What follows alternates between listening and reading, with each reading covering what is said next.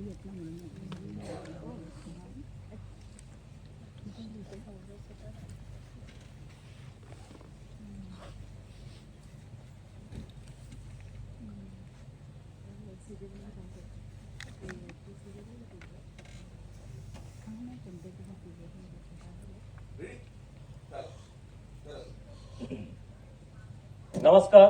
मी गणाधीश घाडी, कामगार एन विभाग. आज मनोरंजनात्मक एकपात्री अभिनय स्पर्धेत मी आपल्या समोर स्वलिखित वर्गणी ह्या एकपात्री अभिनयाचे सादरीकरण करणार आहे. वर्गणी वर्गणी म्हटलं की डोळ्यासमोर चित्र उभं राहतं ते सर्व सार्वजनिक उत्सवांचं आणि कार्यक्रमांचं. चाळीची किंवा सोसायटीची पूजा, भंडारा, दत्त जयंती, नवरात्री आणि या सगळ्यांमध्ये कार्यकर्त्यांच्या अंगामध्ये विलक्षण जोश भरणारा उत्सव तो म्हणजे आपल्या सगळ्यांच्या आवडीचा गणेशोत्सव. किमान 1 ते 1.5 महिना आधी या उत्सवाच्या तयारीला लागावं लागतं. पण खरी सुरुवात होते ती एका महत्वाच्या कामाने, आणि ते महत्वाचं काम म्हणजे या उत्सवासाठी लागणारा निधी गोळा करणे, म्हणजेच वर्गणी गोळा करणे या कामाने. मध्य मुंबईतल्या अशाच एका चाळीतील काही कार्यकर्ते वर्गणी गोळा करण्यासाठी निघाले. चाळ मोठी, रुंद आणि प्रशस्त, एकेका मजल्यावर 100च्या आसपास खोल्या. तर अशा या चाळीतील काही हुशार, कर्तबगार, रुबाबदार, अर्थात या सगळ्या पदव्या त्यांनी आपापसात वाटून घेतल्या होत्या. असे काही कार्यकर्ते वर्गणी गोळा करण्यासाठी निघाले. आता वर्गणी गोळा करण्याचा वार म्हणजे कर्ता पुरुष, घरातील कर्ता पुरुष हा घरातच भेटण्याचा वार म्हणजेच रविवार. गणेशोत्सवाच्या वर्गणीचा श्री गणेश हा कोणत्या सद्गृहस्थापासून करायचा की जेणेकरून पुढली घरं फिरताना आपल्या अंगात आणि मनामध्ये उत्साह भरला जाईल, याविषयी चर्चा सुरू होती. मला वाटतं आपण 5व्या मजल्यापासून, तळमजल्यापासून सुरू करूया. अरे अल्फाबेटिकली करूया काय? ए अक्षराचे, बी अक्षराचे, सी अक्षराचे, तुला काय वाटतं? हे आता काय काही नावाची यादी तयार करत बसतं काय? काय बरं? अरे गेल्या वर्षीची आधी चेक करूया ना, काय फरक पडतोय? दरवर्षी माणसं तर तीच असतात ना. अशी चर्चा सुरू असताना बबल्याच्या तोंडून एक वाक्य निघालं आणि त्याच्या तोंडून परमेश्वरच बोलला अशी मनोभावना होऊन प्रत्येकाने ते मंजूरही केलं. आणि ते वाक्य होतं, हे 5व्या मजल्यावर चालू करूया ना, आणि वरून खाली येताना माळे कमी होतील, पैसे वाढत जातील. काय बोलता? पैसे वाढत जातील ह्या वाक्यापुढे कोणाला काही बोलायला सुचेच ना. शेवटी शंकर्या, अभ्या, विजया, नील्या आणि विन्या हे सगळे कार्यकर्ते 5व्या मजल्यावरच्या एका कोपऱ्यातल्या खोलीच्या दारापाशी येऊन उभे राहिले. आणि ते घर होतं विठ्ठलराव सामंत यांचं.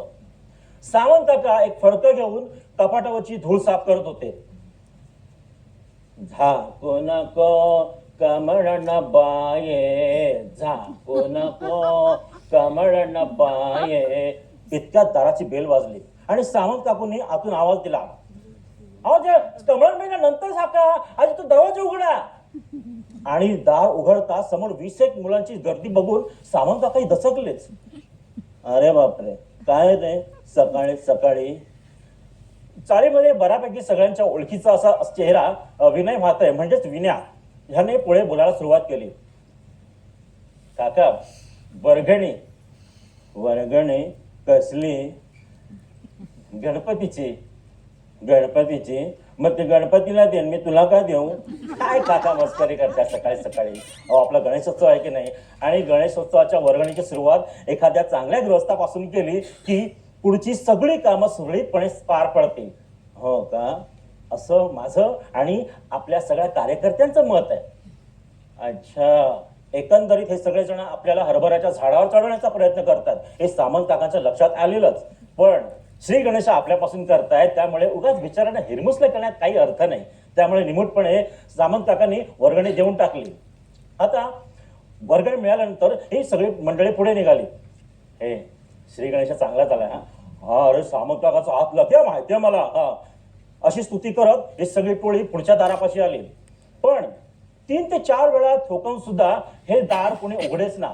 शेवटी प्रयत्नाच्या अंताला परमेश्वर जागला आणि अर्धवट झोपेतून जागे झालेले राणे काका यांनी ते दार उघडलं.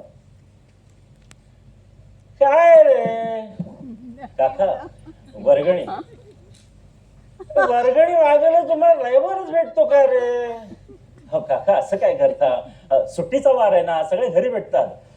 अरे पण आमचा झोपायचा वार असतो ना रे. काका दिवस फार कमी राहिलेत. हा माहिती आहे मला.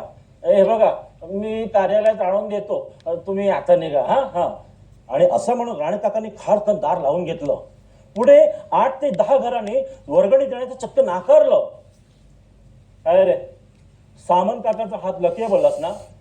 हा आता रविवार आहे तर त्यांचा लग चालत नसेल, सुट्टीचा दिवस आहे ना, आम्ही काय करणार त्याला. अरे आपण त्या राणे काकांना उगाच झोपेतून उठवलं, त्यांनी पनवती लावली सगळी. पुढे अथक प्रयत्न करून 40 घरांकडून वर्गणी जमवण्यात यश आलंही. हातातला नोटा खिशात ठेवून आणि वरच्या 1-1 रुपयामुळे जमलेली नाणी मोजता मोजता विण्याने पुढचं अर्धवट उघडं असलेलं दार ठोकवलं. आणि विण्याला ह्या मोठा कार्यभार सांभाळले असलेल्यामुळे त्याला स्वतःकडे लक्ष देण्यासाठी वेळच नव्हता. विखुरलेले केस, वाढलेली दाढी आणि मिळेल तो शर्ट अंगात घालायचा, या अशा अवतारामुळे बघणाऱ्याचा त्याच्याकडे कधी कधी गैरसमज व्हायचा. आणि ते ठोकवलेलं दार छोट्याशा 3.5 वर्षाच्या सयूने उघडलं आणि आतमध्ये कढईमध्ये कांदा परतत असलेल्या तिच्या आईने विचारलं, सयू कोण आलाय बेटा? नाणी मोजत असलेल्या विण्याकडे बघून सयूचा सुद्धा गैरसमज झाला आणि तिने उत्तर दिलं, मी आगे जाव आलेत, आगे जाव. थांब ग. बाई तुम्ही माफ करा, म्हणजे तिला काही कळलंच नाही, पण तुम्ही म्हणजे कशासाठी? म्हणजे वहिनी वर्गणीसाठी आलोय. वर्गणी? हा किती द्यायची आहे? 151 रुपये. 151? हो हो हो देते देते. ए तू हात चल ग, उचलून घे सगळं. हे घ्या. भाऊ माफ करा हा, म्हणजे तिला काही कळलंच नाही. वहिनी ठीक आहे, आणखीन पुढे काय काय ऐकावं लागणार काय माहिती. पुढे ही सगळी वर्गणी जमवता जमवता सगळ्यांचे नातीनं आले होते. चाळीतली रहिवाशी काही करता वर्गणी देईच ना. काही जण कार्यकर्त्यांना विनाकारण टाळण्याचा प्रयत्न करत होते. ह्या कार्यकर्त्यांना अक्षरशः रहिवाशांचा वीट आला होता. काही काही रहिवाशी विनाकारण नको ती कारण देऊ लागले होते. वर्गणी आम्ही दानपेटीत टाकू, काय असेल ते. हा हा भाऊ काय सांगू, हे गेल्यापासून ना खर्चाचं सुद्धा फार वांदच झालं तो. कसं करायचं कळत नाही. मी प्रयत्न करेन नक्की देण्याचा.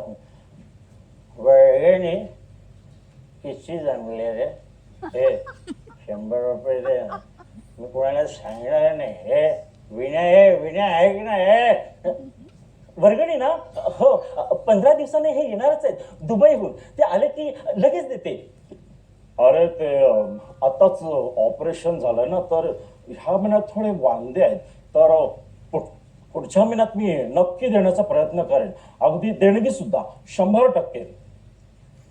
रहिवाशांच्या ह्या वागण्याला आणि अनपेक्षित मिळणाऱ्या उत्तरांना कंटाळून कार्यकर्ते कार्यालयाच्या खोलीमध्ये जाऊन पोहोचले. तिथे मंडळाचे माजी अध्यक्ष कमलाकर साळुंखे उर्फ तात्या हे अगोदरच येऊन बसले होते.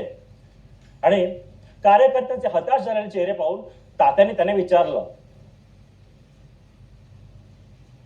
काय रे काय झालं? असे चेहरे पाडून का उभे आहेत सगळे? तात्या काय करणार, त्या चाळीतील लोकांना काय झालं काय कळत नाही. हा उत्सव मोठा करण्यासाठी आम्ही काय काय जीवाचं रान करतोय. यांना फक्त वर्गणी द्यायची ती पण देता येत नाहीये. आम्ही काय स्वप्न बघितलेली, अशी मूर्ती आणायची, अशी सजावट करायची, अशी मिरवणूक काढायची. आता ह्या एवढ्याशा पैशांमध्ये काय काय करायचं? तरुण पिढीच्या हातामध्ये कार्यभार दिल्यानंतर त्याने गणेशोत्सवामध्ये जो काय सावळा गुंड माजवला होता तो तात्या फक्त उघड्या डोळ्याने पाहत होते. पण इतकी वर्ष काही बोलत नव्हते. पण आज तात्याने तोंड उघडलंच. पैसे कमी नाही झाले, लोकांचा तुमच्यावरचा विश्वास कमी झालाय. गणेशोत्सवाच्या नावाखाली हा जो काही तुम्ही खेळखंडोबा मांडलायत ना, तो लोकांना नकोसा झालाय.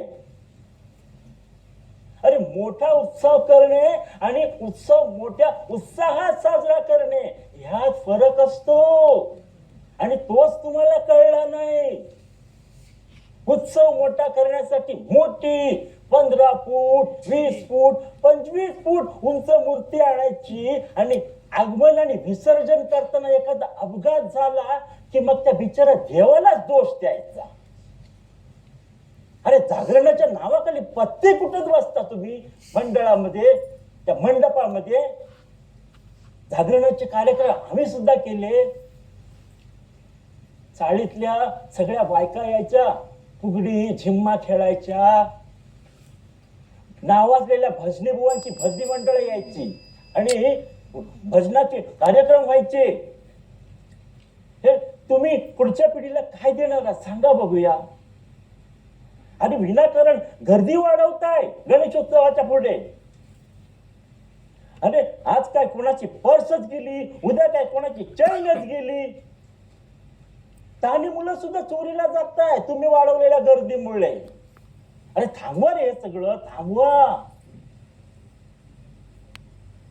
तात्याने केलेल्या कानउघडणीमुळे कार्यकर्त्यांना अगदी अवसाळल्यागत होऊन गेलेलं होतं. आता ह्या तात्याच्या रूपाने ह्या मंडळाला गणपती बाप्पा पावलात असं म्हणावं लागेल. आणि असेच कानउघडणी करणारे तात्या प्रत्येक मंडळाला लावू देत आणि फक्त मुंबईतलेच नाही तर संपूर्ण महाराष्ट्रातले गणेशोत्सव मोठे नाही तर मोठ्या उत्साहात साजरे होऊ देत. आणि खरी गोष्ट म्हणजे ह्या उत्सवासाठी लागणारी वर्गणी ही कार्यकर्त्यांनी न मागताच कार्यालयामध्ये आणून देण्याची रहिवाशांना बुद्धी लागू देत. हीच त्या गणपती बाप्पा चरणी प्रार्थना.